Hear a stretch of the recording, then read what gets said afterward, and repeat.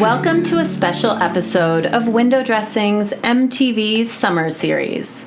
Today I'm talking to musical genius and my personal friend, David Pajo, from Zwan, Interpol, the Yeah Yeah Yeahs, Stereolab, Slint, Tortoise, Papa M, Gang of Four, and Royal Trucks. Hi, David. Hi, Madeline. Thank you for having me. Thank you for doing this. I really appreciate it. Of course. Any excuse to hang out, I'm happy to do. So we're here today to just talk about Guns N' Roses. Yes. And as a celebrated musician, I'm really curious to know your experience with what you thought of the band when they came out, what you think of them now, and mainly what you thought of the big rock opera style music videos they came out with in the early 90s, like Don't Cry, November Rain, and Estranged. Okay, so my first question is, do you remember what your first exposure to Guns N' Roses was? Yeah, I remember when they came out. You know, they were just... I didn't know anything about them. I heard about them when the rest of the world did, with the hits. I turned 57 next week, and so at that time when they came out, I was like deep into my punk shit. So like I was instantly turned off by it. Because there was like a very anti Guns N' Roses. I mean, even like the grunge was like opposite of. I mean, I know that's a little bit post punk, but was very anti GNR. I totally, feel. Yeah. That was like grunge was like a reaction to all the hair metal, which I just thought GNR were another hair metal, which I think everybody did, but hair metal was huge. So like it was like all the bands kind of sounded the same to me.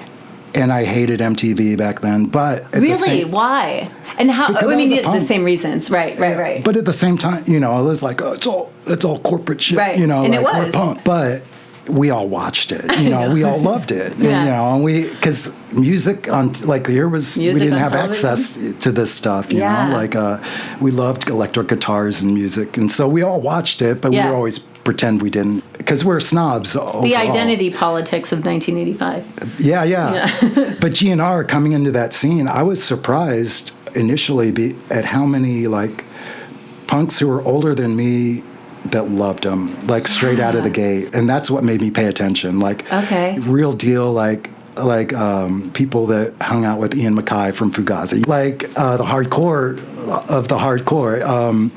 Loved Guns N' Roses, and when I actually texted the guy who runs Touch and Go Records, who was the guy that I was like, "You like Guns N' Roses?" I told him about this interview and stuff. I was like, I don't know what else to say, too much about except for like your exposure to him. And he was like, that record is still kick-ass. He's like... That makes me so happy. Yeah. Because that's been my experience is that, people kind of... align against them as an identity thing, but most musicians that I know that are really good musicians love Guns N' Roses. Yeah. And so it's really interesting. Where were you in 1985? Where were you living? Or like 85 to 90? Oh, 85. Wow, I was in Louisville. Yeah, I was so deep into punk. Okay. Like at that point, I was just discovering it. Right. So I was, I was like hiding all my hard rock records. So my punk friends wouldn't see them. Yeah. Totally. That's so funny. I know, isn't it? So what would you consider, what would have been a kind of a secret pleasure back then versus something that you would put out front as something you loved? Oh, man, back then, even like AC/DC was a band that I hid their records, even though every punk loves AC/DC and Motorhead, and, it all just rocks. Who doesn't love Motorhead? I know. It's hard not to. It's it really is. It's like... they're just like one sound. It's like saying you don't like that one Ramones sound, which people are like that. Yeah, totally. But I was shocked at how many people whose musical taste I really respected loved Guns N' Roses, and actually that guy from Touch and Go, Corey, his wife at the time, Lisa, she was really into him, and she helped decide which bands were on Touch and Go, wow. So she knew good music, and she was like, Guns N' Roses rock, and she was like, and they're hot as hell. Yeah, she was, and I was like, well, I got to check them out, Yeah, totally. Yeah. Do you know, I mean, I personally don't know a lot about what other bands were coming up on the Sunset Strip at that time. But I know that Guns N' Roses was a little bit different than the kind of how people would refer to sort of like hippie long hair, like metal bands from the 70s, like an Aerosmith type. Like they were not that, right? But they weren't punk, but they were influenced by both. Yeah. So there's kind of this like other thing. And I don't know that much about what other bands fit that mold at that time. Do you know anything about like the LA music scene around then? There was sort of like a glam LA scene. Yes, definitely like glam. Happening then. Yeah, like Hanoi Rocks. Hanoi Rocks, absolutely. But or like being a big influence on a lot of bands. But like and they never got the recognition they deserved, and I don't know enough about their history to know why. Yeah. But I also have heard people describe Guns N' Roses in the 80s as like a specifically American band. Like it wasn't. Wow. It was sort of glam. It was sort of metal. It was sort of punk, but it was American. So then in that context, I could see how Hanoi Rocks didn't hit the level of fame, right? If they weren't like attached to this sort of like Sunset Strip, LA, patriotic. That's a really good point. Yeah, I never thought of that because they had the songs and the look and everything. It was just the wrong time period or the wrong geography or something. Or there wasn't that like deeper thing to latch into. Right. Yeah. Because that's a good point because. Like I said, I lumped them in with all the hair metal bands. Yeah. They could have been Warrant or Poison for all I knew. Right. And they did open for Poison. They toured with Poison in the early days, and they also toured with Aerosmith in the early days. They also opened for Aerosmith, so that like absolutely makes sense. I feel like did they blow them off the stage on? No, I don't think so. And I think really, I think Duff is still friends with I don't know which member of Poison, but I think they still are friendly. Oh, okay. So the members of the band, yeah. But GNR, like after I started paying attention to them, like they didn't fit in with you're right. Like they didn't fit in with like thing. They kind of fit in with Aerosmith a little bit, more, a little bit in that classic sort of vibe. But yeah, they are like very much American. They covered Bob Dylan, like they. But yeah, that's a good point because they're like as American as like. Because at that time, Bruce Springsteen had Born in the USA, and John Cougar had Little Red House. I don't remember the name of the album. Jack and Diane. Yeah, Jack and Diane. Same Indiana roots, same as Axl and Izzy. Yeah, it's really American in that way. They're probably closer to bands like that. Yeah, really. I actually agree. But they took this thing that doesn't exist in popular culture now. This sort of like outcasts moving to the inner city, like the city being the hub. It's not really that way anymore. It sort of is, but not really, because the cities are sort of so moneyed now that we don't have that same kind of culture. And that was probably the last of it, was the 80s and 90s, where places like LA were sort of like rough and tumble in a way for music that I bet they're not anymore, although I don't know, but I wouldn't think so. The musical climate then is completely different than what it is now. Especially and I wasn't around in LA when did you come in the here? 80s. I didn't move here until like 10 years ago. Okay. So I missed everything. But I was aware, of like everything that happened on the Sunset was historical. Right, absolutely. It instantly became history. Right, because it was already Van Halen history. and Motley Crue, they all came out of Sunsets. David Lee Roth went to high school right there. Really? Yeah. Oh, that's cool. Yeah, I just found that out recently. I was earlier before we started recording, I was talking about where Slash went to high school. I think it was Slash and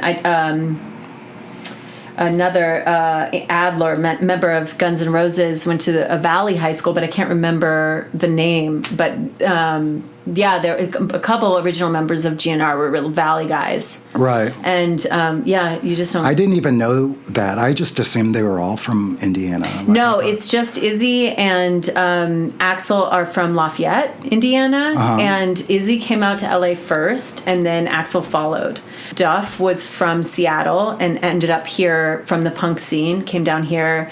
And I don't, and it's so. So Duff is the punk influence then. Duff is the punk influence, and he's a really interesting one because I've always loved Guns N' Roses since I was a kid, but Duff is kind of how I got into the details of the band. He put out a memoir called It's So Easy and Other Lies about his sobriety journey.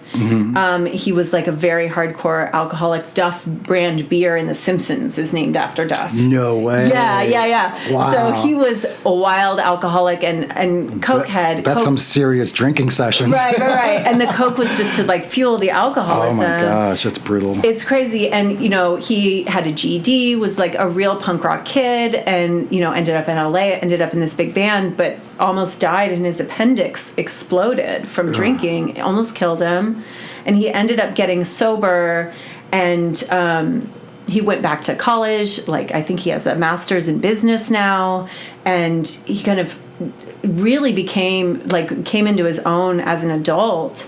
And his book is really amazing. I think they turned it into, have you ever seen that Kurt Cobain documentary from, I want to say like 10 years ago again, maybe 5, where it's like animated, like as a way of doing scene reenactments? It's kind of like I haven't seen it, but I don't think remember I know the what name. you're talking You know about. what I'm saying? So it's in the same kind of vein as that. But so he basically did this. He took his memoir essentially and turned it into a visual doc where they used animation and live performances of him playing and reading from the book. Oh, wow. Really amazing. He's a really interesting guy, and he got really into like cycling, as people do. Right. And like I don't know if it's like jiu-jitsu or some other martial art. But is he alive? Yeah, and What's they're he still doing touring. now? They're touring. Is he a fisherman? No, that's okay. So when I was writing my episode outside of this interview for the Guns N' Roses episode, I was referring to Izzy, who left the band like height of success, like Use Your Illusion era. I think he filmed 1 or 2 of those music videos and then was out by Estranged. And there was always this like, where's Izzy? Where's Izzy? Yeah. And nobody kind of knew where he went, and there was all this lore around it, and he just didn't want the fame and everything. And when I was writing it, before I like looked it up to make sure I knew where he was, I just put in, he's a fisherman now, and he's very happy, because I just assumed that was like my place mark. But he lives in or around Ojai supposedly, and he like skateboards, and he like collects skateboards, and he's happy. I think he's married to a model, or was married to a model. Oh, that's great. Yeah. He just didn't want all the, Yeah. I like to hear rock and roll survivor stories. Same. Like that. And it seems like all of the members of the band, for the most part, have those really interesting. Duff's really gets me, because it's just such a harrowing addiction story. Like, it's the fact that he made it out alive, and that he's so smart and capable and interesting, and has so much to offer outside of Guns N' Roses, but still like honoring his roots of Guns N' Roses. Like, he's not having to separate himself from that. Right. Is really special, I think. I actually know way less about Axl, because there's much less sort of written in his own voice about who he is. I don't really know. Yeah, he's a mystery. He is a bit of a mystery, right? Like, they're touring now, but my like most recent contact with like being very engaged with Guns N' Roses was like in the late 2010s, where it was very much like, are they going to get back together? Are they ever going to go on tour? Is there, like, before that album Chinese Democracy came out, like, will there ever be another album? Like, where's Axl? Like, and there was the whole where's Axl thing. Yeah, I remember that. Yeah, and so I hadn't really touched back in since then. So now they're on tour and they're, doing great. But it's like, is he clean and like starting shows on time and stuff? I think, and this is my impression, I don't know for sure, I think Axl's had drug problems like everybody has, right? But I don't think he was really, primarily I don't really think he was much of an addict by the time Use Your Illusion came out. He was like really into exercise. I remember reading things that he had like an exercise machine like in his dressing room and whatever. He was really into like past regression therapy. And like, so he's doing stuff to like try to totally improve and he said that he was late to all of his shows because he just had to be like ready, and he was just not ready, and that was just his process, I guess, right? And that made more sense to me. But I don't think he was the addict the way a lot of the other members were. Like, I know Izzy had I think they may have all had a heroin problem, except for Duff, who I don't think did heroin. It's weird, I guess, like if you're like Axl Rose or Kurt Cobain or something, and you're kind of struggling with stuff and there's so much pressure on you. Like I can't even, it sounds really like in one way it sounds really vain to be like, everyone can wait on me until I'm ready but it sort of makes sense if you're filling stadiums. If you're really a fragile person, you know, like maybe it's really hard. You know, I would imagine it would be. Like not everyone can do that. Not everybody loves the spotlight, you know. And and they really like the amount of crowd, I can't even comprehend what that would have been like, and to have happened. Like he was 28 by like 90 or 92. I'm not exactly sure, but so that means he was pretty fucking young when the band hit. Yeah. And that's crazy. Like, how would you do that? You know, I wouldn't be able to handle that well. And I certainly wouldn't have been able to get sober. And maybe he's just way more sensitive than the normal dude or something, you know? What was it like for you as a young girl? Like, were they just the hottest men alive? My God. Like, so I'll tell you. So my first... Because Axl could move his body, too. You know, like, I mean, I am such an Axl Rose worshiper. But so my experience with Guns N' Roses was... Listen, I was born in 85. So Oh, wow. Yeah, so... I had a cousin who wasn't my real cousin. She was my mom's friend's daughter. Her name was Clara. And she had red, curly hair. And I remember going to their beach house in Michigan City, Indiana. I must have been about 5. So this was like 1990. Right. And she was a huge Guns N' Roses fan. And she had like the T-shirt and the leather jacket. And she had this metal boyfriend who used to lick her face. And I remember being in the kitchen of that beach house, watching her boyfriend lick her face and being like, I can't wait till I grow up and have a boyfriend. Was he licking her face because like because it was hot? I don't know, just like gross, like so cool. Oh wow! And I just was like, oh my God! So that was everything to me. So were you shocked when your boyfriend didn't lick your face? Yes, I was very shocked. But then my primary my one-to-one connection was the videos from Use Your Illusion, like November Rain, because when I was little. My parents pulled me out of school in 2nd grade and just sort of left me at home. So I only watched television. So it's like my primary source of learning, right? Right. And I watched MTV all day, every day. So I would watch the November Rain video and the Don't Cry video. Which they played over and over again. So my understanding of what LA was going to be like, what adulthood would be like, was all based on that. Oh, wow. And so I, like, as a small child, like, I just absolutely idolized it. Like, I still do. As a young girl, were there like female figures in the Guns N' Roses world that you were that you could identify with on any level? So Stephanie Seymour was the supermodel that played that wore the wedding dress in November Rain. Right. And I don't think that I knew at the time, but she was basically playing the role of Erin Everly, who is Axl's ex-wife and old girlfriend. They got divorced, I think, in 91. And she's the daughter of Don Everly of the Everly Brothers. When did the video come out? I think 1991 or 1990. So it came out when they got divorced. Yeah, it came out the year they got divorced. But they had been together since the early 80s. Yeah. And the song was basically written about them as a couple, which I know now, I didn't know as a child, but it was based on a short story called Without You, that a friend of the band, and I think maybe a roadie, had written sort of in the early 80s based on what he saw Axl's life being, and then it all kind of came into fruition. Right. And the short story is about a song that Axl wrote for his wife that she then kills herself over. Because they're broken up, and it basically leads her to suicide. Right. And so that's where the core of the trilogy of music videos come from. But they're all inspired by Erin Everly. And I had seen this relationship. Yeah. Wow. And I had seen pictures of her. And again, she's got almost red but brown, kinky curly hair, just so fucking hot, so cool. Mm-hmm. And I just thought she was like the epitome of cool, you know? Yeah. And I really identified with wanting to be that girl, right? Yeah. So I think that's how it hit me, but I was also too young to like understand much of anything, right? But the visuals really, really shaped my idea of what like romance was, what glamour was, what rock was, what LA was.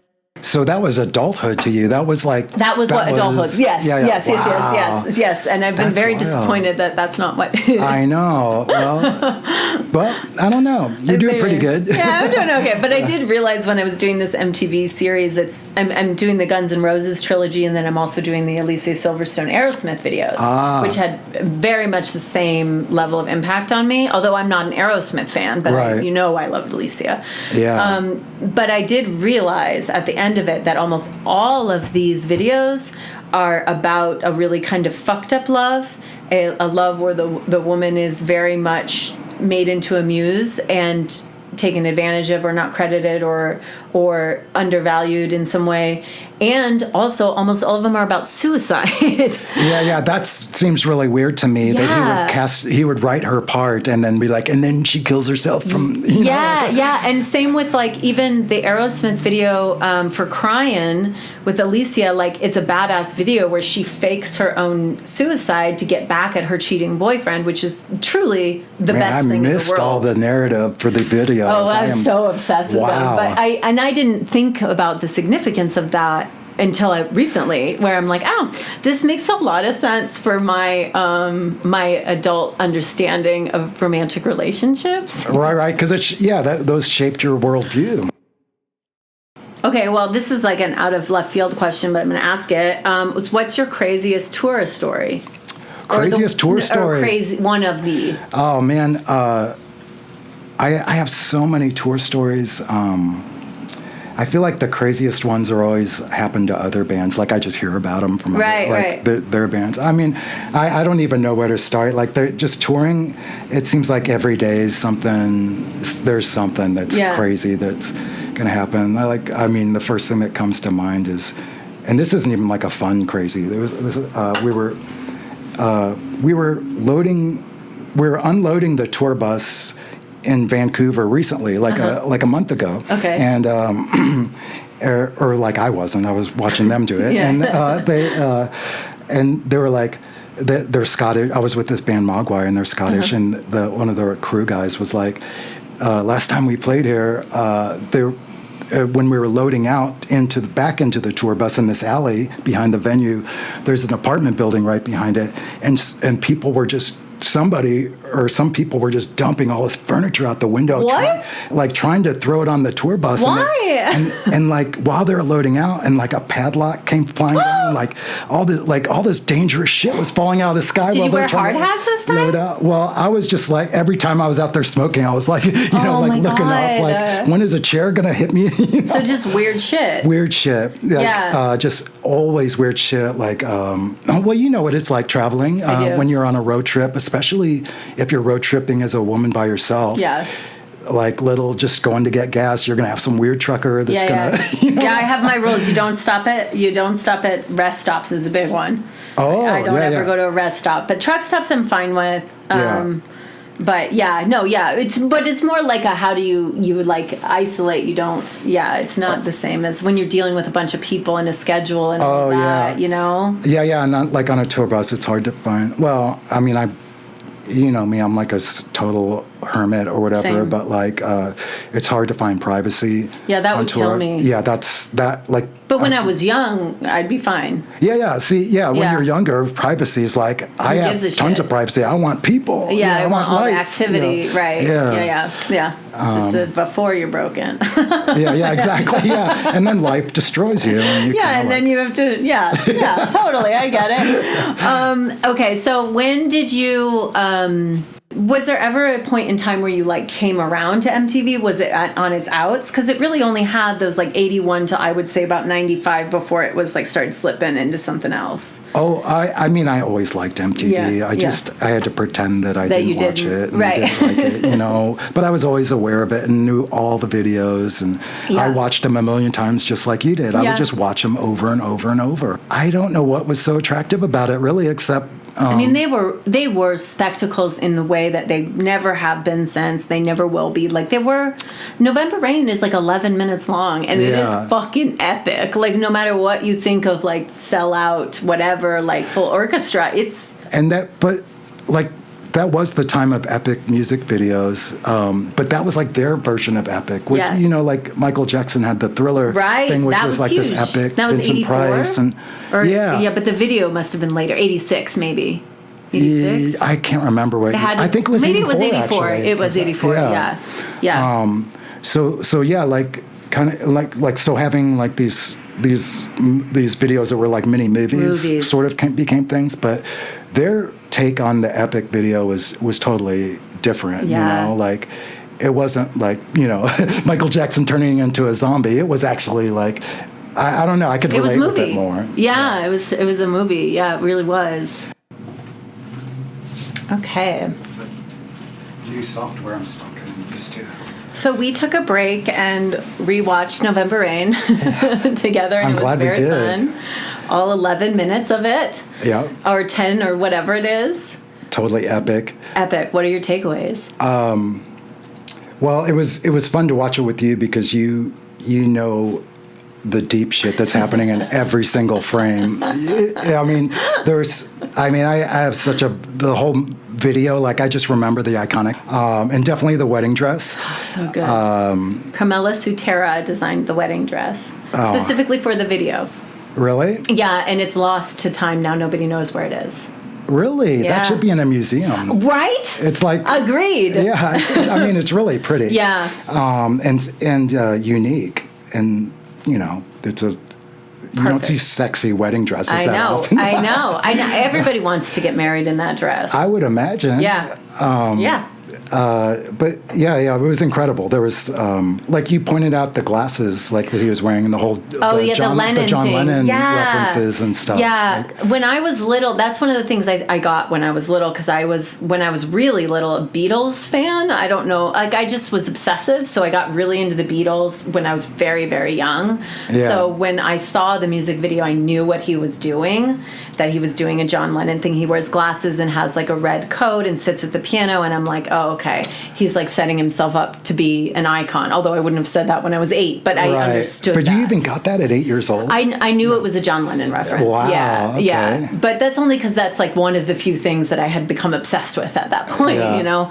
But definitely is like setting himself up to be an icon. Yeah. You know? Yeah. And he definitely is. I mean, right? Because he was doing John Lennon with the bandana, though. Like he was doing Axl doing John Lennon. Axl doing for Lennon. sure. It seemed weird. I mean, like watching the video and like knowing how recent his divorce was, to see that see that video with Stephanie him Seymour. basically reenacting this divorce this new marriage, and having this joyous marriage, like yes, it pisses me off, and I imagine that I can't even imagine how fucked up that would be if you were Aaron Everly. Yeah, that's what I was thinking. And your boyfriend all of a sudden became the most famous musician in the world, biggest band in the world. Yeah. And post your divorce, made a music video based on a short story that's loosely based on you and Axl, and then cast a supermodel in the role. Like, what the actual fuck? I mean, that just sounds like torture. It's torture. It would be like just twisting the knife after the breakup. And I'm sure Axl, like being a man and being a young man, just felt like that was his life experience and he had a right to it. But it's just like, that's always what happens with muses, right? They get discarded and their life experiences get eaten up into the man's art. That's true. I never thought about that. The muses. Oh, man. Yeah, the muses don't get enough respect. They don't get any respect. It's and now true. she's like private. I don't know that much about what her life is like now. I know she remarried, but I can't remember to whom. And she's kids. And but that's it. That's all I know. Yeah. And I don't think most people know who she is. But I mean, like what he did with, I feel like all of us have sort of done on a smaller scale. Like I definitely during a break or after a breakup, I'll go online and like show up my new totally partner, even if I don't even like them that much. I'm just like, look how happy we are, and we're just so happy. Yeah, we're just cutting the cake and partying with all my friends here at the Rainbow. But like, and I feel like, but he was doing that. Like on such a huge scale. Just brutalizing her. It's brutal. It's totally brutal. It does remind me a little bit of like the Pam Anderson, Tommy Lee stuff, but Pam Anderson had her own fame, so it's a little different. But like, right. I really admire the survival of that. I honestly don't know what I would do in that situation. Has she ever told her story or I don't her think side? so. Wow. Not really. I mean, I've heard tidbits like from different docs that I've watched over the years, but I wouldn't even know how to like cite that information or like where I first heard A, B, or C to whether or not it's true, right? But it doesn't seem like. Wonder if she's just like, fuck that. I hope guy she got a and lot that of whole money. part of her I think their marriage was annulled, which I think might mean she didn't get a lot of money, but I don't know. They weren't married for very long, but I hope she got a lot of money. Yeah, because they're like childhood sweethearts, right? Yeah, pretty much. I don't know if they were childhood sweethearts, but definitely since young age, early 20s. Right. I think she was 19. They were only a couple of years apart, though. It wasn't like a gross situation. Yeah. And she was around a lot in the early days. Like any documentary you watch about guns, you see people talk about Aaron. Oh, okay. And mostly about Axel getting in fights with guys that he thought were hitting on Aaron, which I think is adorable.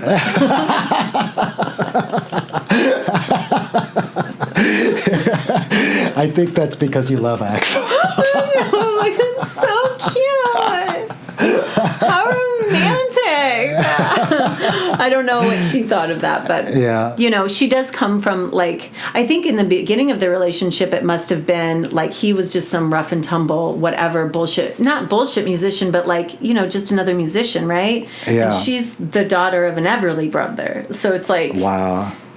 Oh yeah, that's true. Yeah. And then they reversed roles. Like she went from being like like he went on to becoming the superstar. Right, exactly. Wow. But I do wonder, like I am curious about her life now, and I did see some article where she was arrested for domestic violence, like semi-recently. Holy shit. But I was like, okay, I bet you know what, she broke her husband's cell phone. Give me a break. So I, you know, I don't really believe that. I don't know, but I doubt that that's really like the whole story. Right. You know, I think her next husband was somebody too, but I don't really remember. Was somebody like maybe famous? of note? Yeah, but I don't know. I could look it up. Yeah, she sounds really interesting. She is. I don't know where she lives now, but I love her. Okay, so other things that I want to know about kind of what you think about. So one of the things that I learning about Guns N' Roses coming up was that it was at the beginning of the pay to play era in rock, like that you had to basically buy the tickets for your shows and then sell those tickets and to fill the like you were on the hook financially for it. And that was like the beginning of that in the 80s on the Sunset Strip, and that was like kind of shitty, but it actually turned out bands like GNR, who then were like in charge of filling the seats and were able to, and they could take that like groundswell of support and turn it into real fame. Does anything like that exist now, or like do you know what the kind of procedure is for bands coming up now? Man, that's a really good question. The whole pay-to-play thing, I never quite understood it or why anybody would do it, but that's the first time I've heard like a positive thing that came out of the pay-to-play. Yeah. Which makes sense because you can get your like underground fans, and then you come up and then you get recognized. And it kind of encourages the band to work harder because you're indebted now. Yeah. You know, like... which isn't fair, but like you definitely, if you have a fan base, you could use that. I mean, it's not that different than like social media now, I guess. Well, I think it's a good thing for now because I think this is like a personal critique, but like, you know, bands are pretty lazy nowadays. Really? You know? In what way? Well, they don't have to fill seats like that. You know, like... Really? How does it work? Well, I think it's just way easier now to be in a band than maybe when I was younger or something. I mean, it's harder to be in a band in a big city for sure. Is that true? Yeah, I think because like I grew up in Louisville and everybody has basements there. Like in New York, nobody has a basement. Oh, I see. Just space to practice. Yeah, and everyone has somebody has a rich parent with a basement that you can go there and play as loud as you want whenever you want. Right. But in the city, you have to like rent a practice space. Right. you have to, where are you going to practice unless it's like an actual practice space with a million other bands making noise? And oh, right. it's kind of like outside of the big cities where you can kind of like cook your, you have the freedom to just like make your whatever experiment you want. But like, it's definitely harder out here, but I think that nowadays it's easier in the sense of like the internet, right? Like it's. But you can't make real money in the same way that you used to be able to. Is that true? No. I mean, like now with music, you can only make money from like touring. Is that where they make touring money? And merch? That's it. Merch. Yeah, which go hand in hand, because you sell your merch on tour. So like bands have to tour to make money now. And do tours like? It's still like people still do that, like they still go to shows like that. People still are like tours seem to people. I think like even in the Depression and like even when times get really hard, people still go see live music because that's the one source of joy. Right, totally. When times are tough, and I think that's kind of a cool thing. Yeah, like it made is. it. But then we have things like Ticketmaster. We have a lot of things against us now these days. But but like I feel like a lot of bands just don't kind of work hard like the way we used to. Like the way you do the podcast. Like we were talking about how you have to wear all the different hats. Yeah, you have to learn all. You have to learn all the skills. It's different nowadays. Yeah. But if like a band growing up like had to like, oh shit, we owe this venue money and we have to fill these seats, we're gonna have to work our ass off, or we're just gonna have to break up and or something, what I mean? Totally. So it kind of makes the band I think there needs to be more like sort of pressure that what you're doing is valuable, and not just something you can just kind of like, oh, I do this when I'm drunk with my friends, or I don't know. Like not just like a handbag, essentially, like an identifier, but like a thing you care about. Less time trying to score followers online or something, and like more time just sitting down to practice and working on the songs. Totally. That's, I don't know, that makes sense. That's the old bittered guy, and that's not old and bitter nowadays. I mean, I don't know how it's done nowadays, but it does. I was interested to hear that pay to play thing because I was like, oh, that's shitty. Do we have any ending thoughts or ending subjects? Man, not really. Other than like, I thank you. Like, I have a new respect for Guns N' Roses. I love it. Thank you. I mean, I did before, but like, I just never had an interest to go deep with them. But now I can see how compelling it is to go deep. That makes me so happy. Thank you for doing this. Of course, anytime. Thank you for listening to Window Dressing's MTV Summer Series, GNR and David Pajo Edition. I will be back with another episode in this short series in the coming weeks. Please like and subscribe to this podcast wherever you are listening, and follow me on Instagram at Window Dressing Podcast for more content. I'm Madeline Jane Auble.